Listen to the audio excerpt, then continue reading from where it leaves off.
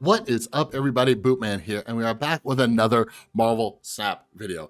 And I think one of the biggest problems that people have when it comes to what's holding them back from reaching infinite, winning games, winning cubes, is that people really have a hard time differentiating what the difference is between fun decks versus good decks. There is a major difference. And in this video, I wanted to discuss why this card right here, Lockjaw, is a bad card. For some reason, this seems to be a controversial opinion, but in this video, I'm gonna explain to you using data as well as common sense as to why Lockjaw is a bad card. And I promise you, you have the Chris Bootman Bootay guarantee that it will make you better at Marvel Snap and you will rank up a lot faster. All right, but before we get started, if you're new here, hi, my name is Chris. If you love Marvel Snap as much as I do, make sure you subscribe and ring that notification bell. One of my main goals with this channel right here is to make you a better player, to make you someone who can reach infinite and do amazing things when battle mode comes out. So I have a little bit of tough love, but I promise it will make you a better player. So make sure you subscribe, ring that notification bell. We're trying to hit 7,000 subscribers by the end of the month. We're only like 50 away, so come on.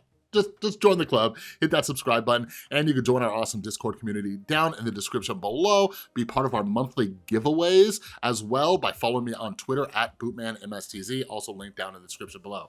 All right, so let's break this thing down. So I just released a video about this Lockjaw deck that was released in the Marvel Snap Zone tier list, and it was ranked as a tier 2 deck. And the whole reason I made that video, by the way, like I had a few comments saying like, Chris, I thought you said Lockjaw was a bad deck.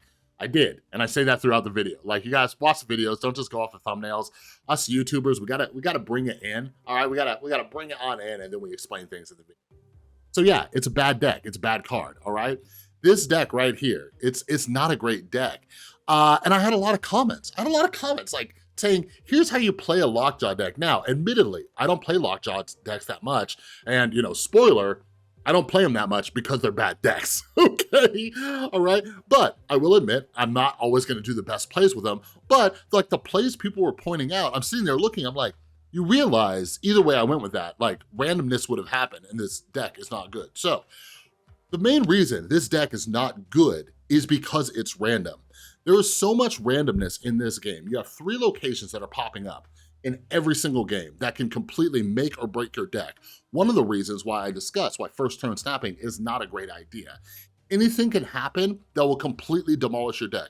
Let's just say you're playing a deck, you have a good starting hand, you snap first turn, but you're not sitting there with a Vision, a Captain Marvel, a Doctor Doom, anything that can get into locations, boom, Sanctum Sanctorum pops up. The other person has it, all right? That is a lane that you are not getting anything in that they are. This is why first turn snapping is not a great idea. It's because of the randomness in the game. You have no idea what's gonna happen. So, adding additional randomness to this game is not good. Now, before you get your panties in a twist and start blowing up my comment section, I mentioned this in my last video about 6 tips to reach infinite. One of them was use proven decks, okay? Say it with me, everybody. Use proven decks. Use decks that people have used to reach infinite. All right? I challenge you, and feel free to tag me on Twitter, tag me on Discord, of all the people that you see out there using a Lockjaw deck to hit infinite. Are they out there? Do they exist in masses? If one dude randomly went from 99 to rank 100 with a Lockjaw deck, no, that's not evidence that Lockjaw will get you to infinite, okay? If you wanna reach infinite, if you wanna be good, if you wanna be a competitive player, you need consistent decks. And this deck is not consistent. Now, aside from that, this, and one of the reasons I made the video, this is not a good deck in general. One of the main comments I was getting was, oh, don't play into Lockjaw if you don't have low-cost cards in, or if your low-cost cards are in your deck. You guys, the point of that video was to say that this is not a tier 2 deck. Look at it. There are 2 low-cost cards. There are literally 2 low-cost cards. There are 2 cards that are lower than Lockjaw. Okay, do you understand what you're saying? This is something with just being a YouTuber, right? Which is cool. You get a lot of backseat Marvel Snap players who like leave comments and stuff, and I don't think they really fully thought through the process or what's going on, right? This specific deck, like it's one of the worst Lockjaw decks that I've seen, right? I've seen better ones, I've played better ones. This deck in particular is not a tier 2 deck, and one of the reasons is it does not have many low-cost cards to play into Lockjaw. You are put in a very terrible situation where you either skip turns until turn 3, all right? Now you gotta decide whether you're gonna play Lockjaw or Thor, okay? And even if you do play turn 3, if you don't have Wasp, you're not playing that into Lockjaw that turn. You see what I mean? Like this deck, the point I was trying to make is not a great deck, but the card is not great. Now, I'm not just pulling this information just out of my rear end here, okay? We have evidence, you guys. If you wanna get better, it's not about opinion, it's about evidence. We need evidence of these claims that we're making. It's how we separate fun decks from good decks, okay? So let's switch views real quick, all right? So here is our wonderful snap.fan page, all right? And as you can see here, this deck is, not this deck, this card, Lockjaw, okay? Here's where it's ranked. When played, this has a 55.82% win rate, okay? So here's the Lockjaw page. When played, 55.22, where's that ranked? 92. It's ranked 92 when you play this card, not when it's in your hand, not when it's in your deck. When it's played on the board, there's a 55.22% win rate. It is ranked number 92 out of how many?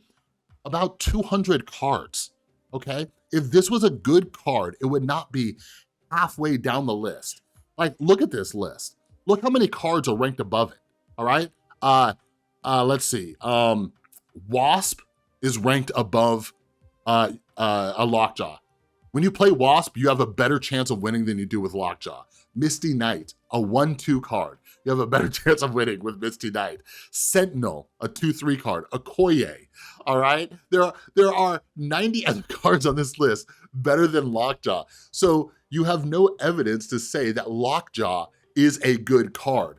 The data is not there. This card is way, way down the list, okay? Now, here's the reason why. It's random. There are so many things that you have to take into consideration. What cards are in your deck, right? And then with this deck in particular that we're talking about, it's talking about doing a Dracula play as well. Dracula is another part of the randomness. Jubilee is another part of the randomness. If you watch my last video to the end, the very last turn, Dracula pulls Mjolnir, all right? It was a 1 in 3 chance, it pulls Mjolnir, okay?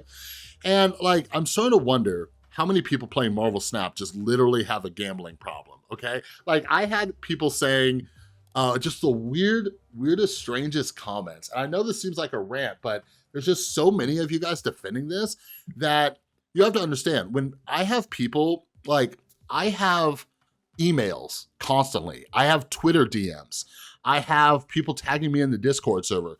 Chris, I need your help. Why can't I hit infinite? Hey, can you watch some of my gameplay? ... Like you guys, I'm making these videos and explaining them to you, but if you're gonna, like if you argue with it, I don't know what to do to help you. You know what I mean? So here's a comment that really stood out, okay? And there's a lot of these comments on this video. Sorry to say this, Bootman, but you're just kind of not roulette player, it seems. Straightforward strategy suits you better.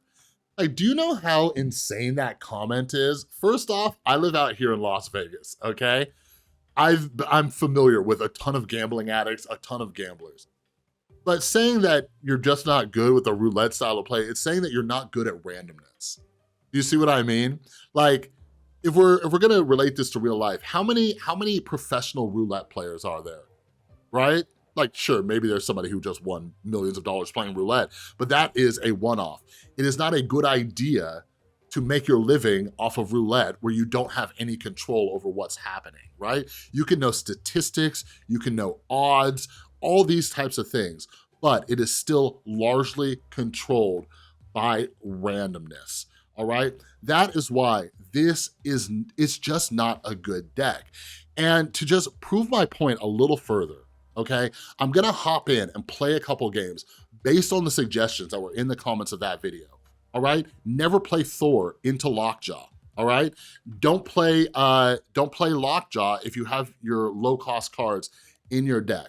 And we'll walk through and we'll see how that works. By the way, this might be bad luck for me because maybe everything is gonna work out perfectly.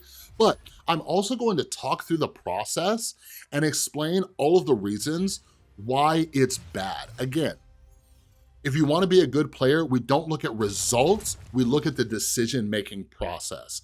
We don't look at the results, we look at the decision-making process. If something random happens in our favor, that does not mean it was a good decision, all right?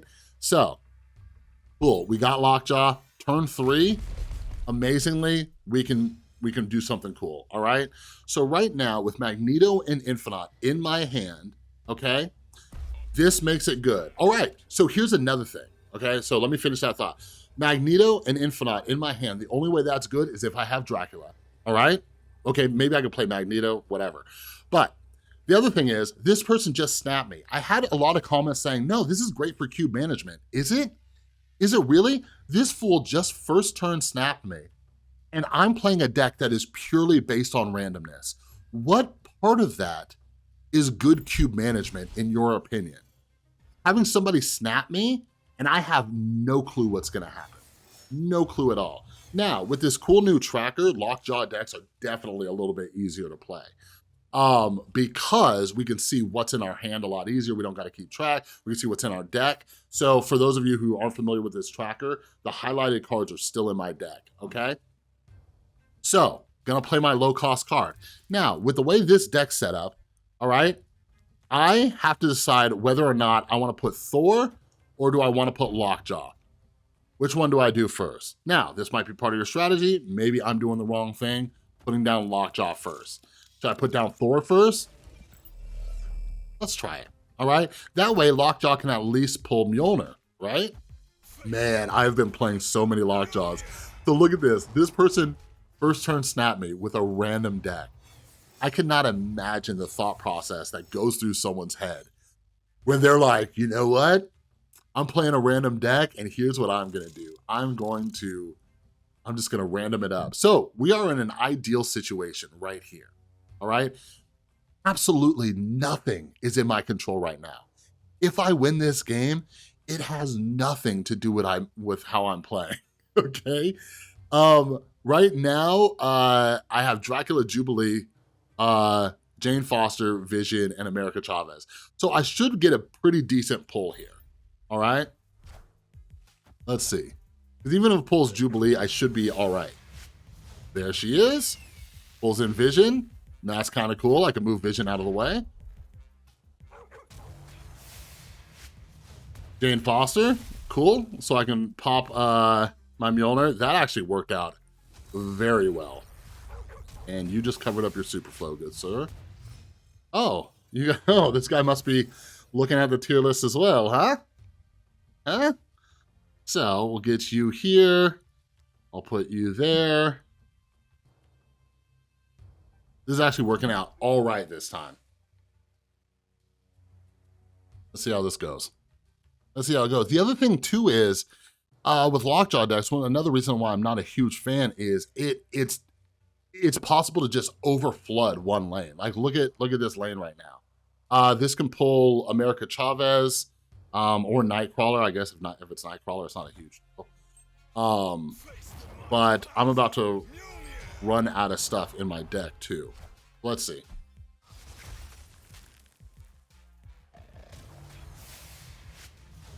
But yeah, the other thing too, like when I see like the comments that come through and stuff like that, like, oh, you should have done this. Like you're having this illusion of control that, oh, well, if you would have played this card, then the random thing it would have done would have been better.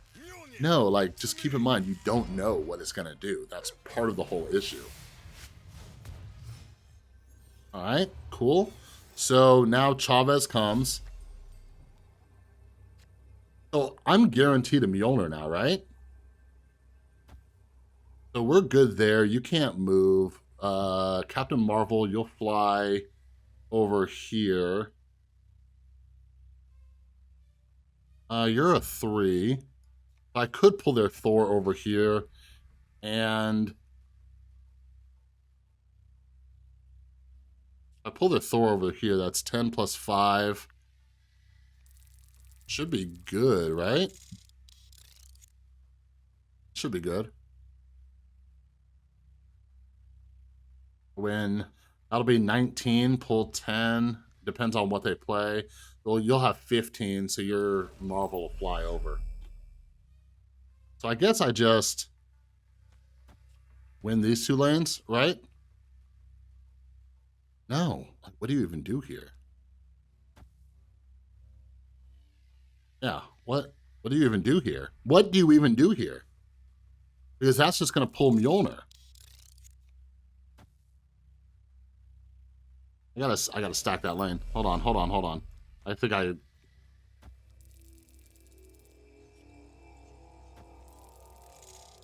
that's a weird situation. I don't know if that's even possible to win.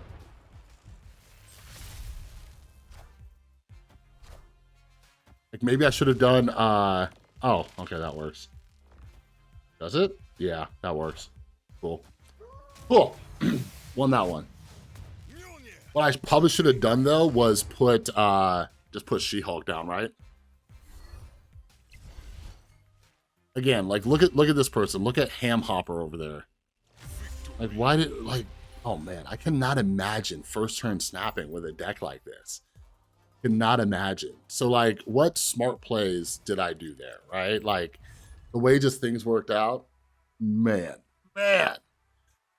Woo, you guys love living on the edge. And, like, I hate to say it, you know, like prove me wrong. Show me the data. Show me the evidence. Like, just so you guys know, like, when I make these videos and I rant and rave and stuff like that, it's to help you. If you want to prove me wrong, like, I am happy.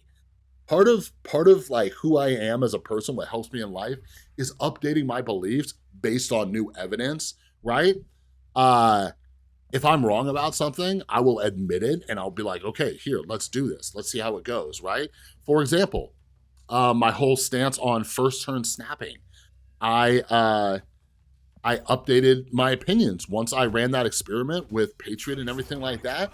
But here's one of the issues. Like, you guys can leave comments all day long, but how many people in the comments section are saying, like, no, Lockjaw's an amazing deck, and you're like sitting at like rank 20. You know what I mean? Like, I need evidence. Like, show me your Infinite. Show me that you're rank 120. Show me that you went from rank 60 to 100 with a Lockjaw deck.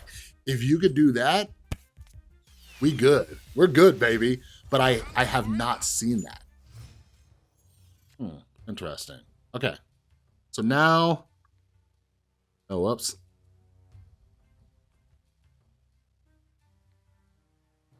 Okay, my low-cost cards are in my deck right now. So apparently, the strategy is to not play Lockjaw. Okay, but I do have 2 Mjolnirs. 1, 2, 3, 4, 5. Oh, okay. Now we can Lockjaw and do some cool Mjolnir stuff, though. That's kind of awesome. I can Lockjaw, drop 2 Mjolnirs on that fool.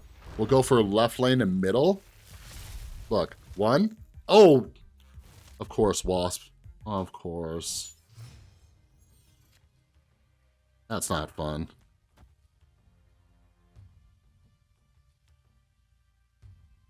Let's put it here because I might need some stuff. So you can pull the other Mjolnir and then you can pull the other Mjolnir, right? All right, let's see. So what is this? What deck is this guy running? Is that a Zola deck? Sick. Cool Jubilee.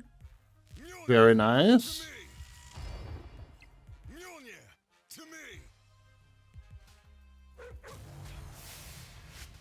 That's what I'm talking about. That's what I wanted right there.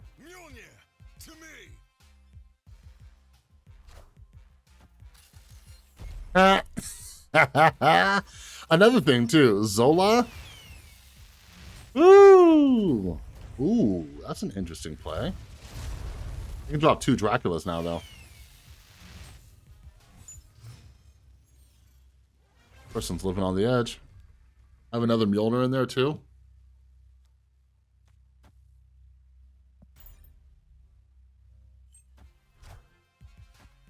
And left and right side? Oh. Interesting. You're gonna drop that there. Got my Dracula. I guess get a little bit more power over here. I think we win this, right? Yeah. Yeah, we won that. We won that. Of course, I win 2 games in a row. 2 games in a row with this. Craziness. I don't know. Maybe that's what I need to do. Maybe I need to do like a full-scale experiment with this deck, play 50 games, keep track. But yeah, like I forgot to mention it over on the doodad on the snap.fan. Where is it? Like, we have a lot of data. This deck has been played 227, not this deck, but this card has been played 227,000 times. Like, it's difficult with new cards to get the right data, but like the sample size of 227,000 games with Lockjaw and it being halfway down the list, like, that's a ton of data. It's not an amazing card. So like, even if I won 20 games, we'd have to look at how many games do you win out of 100. So, for example, with, oh my God, cloning Vats again. So for example, if I am rank 100 and I drop down to 70, I need to win 300 cubes to get back up to infinite, right? So that's a lot of games that I would have to play. I wonder if this lets me beat that Hulk. Like, do I even try with it? So I don't know what they're gonna play if they have like an ongoing deck.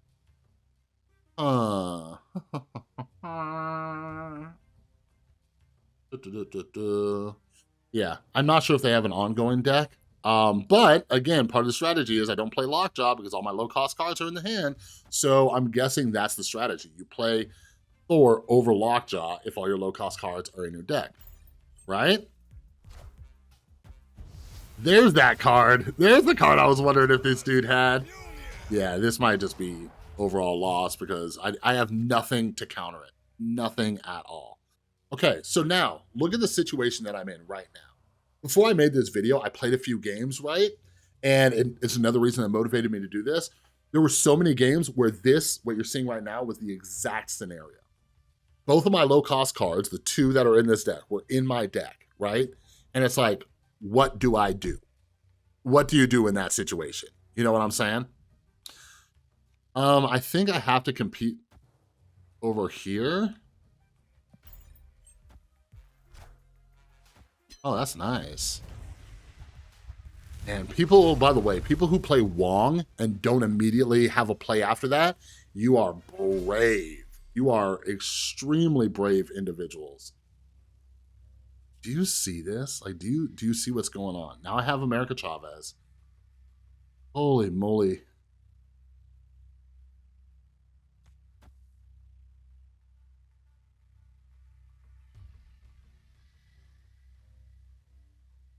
One, two, three, four, five, six. So I have to pull Mjolnir. And if I can Mjolnir, then I can Lockjaw 2 of them. Oh, there's Zola again. Look at that. Look at that. Look at that big old buff guy. Ooh, how nice would a Shang-Chi be in this? How nice. Look at this. Look at this. This is an obvious retreat. I'm not going to prove my point by playing this through and just giving this guy cubes for free. But yeah, that's the other thing. If I don't, like a deck without a single counter, the last thing I'll say is this. You guys, I've mentioned this before in other videos. People are more concerned about putting power on the board than they are about taking it away. All right? Like, you should be thinking about taking power away from the other opponent. I had some people asking me about snapping and retreating and stuff like that. And, you know, I'm a very conservative snapper. One of my snap strategies, if you will, is to know that I have hard counters for whatever deck they're running, that's when I snap. That's when they aren't expecting things. You know what I mean? That guy playing just a super predictable deck, by the way, like, of course I'm gonna retreat. You know, like, what am I gonna do against that? You're running Arnim Zola. If not, you're running something else. You're gonna drop something else that's gonna go on that wall. It could be a white tiger, it could be whatever. All right. But anyways, you guys, like, I hope I've just made it clear. Like, this is a fun deck. It's not a good deck. It is a fun deck. It's not a good deck. I am open to whatever data you have to prove me wrong. We have a whole Discord chat for people making spreadsheets and stuff like that. If you want me to just eat crow, feel free to play a series of games, make a spreadsheet, show me, record it, do whatever you gotta do, and show me that this deck will rank you up, okay? Or any Lockjaw deck, any variation of a Lockjaw deck, show me. I am very skeptical of the amount of success that these Dracula Jubilee decks have been having lately too, but they have been working. Again, they have that randomness, but right now we're talking about Lockjaw, all right? If you wanna prove me wrong, come at me with the data, okay? Leaving comments, infecting anybody else out there with the idea that Lockjaw is good without the data, nah, man. I will explain to you why it is bad, why it's wrong. I am counting down the days until January 31st. We have battle mode and competitive tournaments start up, because you're really gonna see the difference between the fun decks and the good decks. All right, I mentioned this in my last Lockjaw video. You're not gonna see a slew of people winning tournaments with Lockjaw decks. That's just not how the game works. All right, randomness will bite you more often than not in a game where you can control things if you want. All right, so that's all I got for the video. If you like the video, please give it a thumbs up. If you're new, subscribe, ring the notification bell. I promise to help you become a better Marvel Snap player. All right, help us get to 7,000 subscribers. Yeah, and join our Discord server down in the description below. We have a bunch of cool people in there, cool channels, stuff like that. And follow me at BootmanMSTZ at Twitter, because I do monthly giveaways for the season pass. All right, and yeah, that's all I got, and I'll see you in the next one.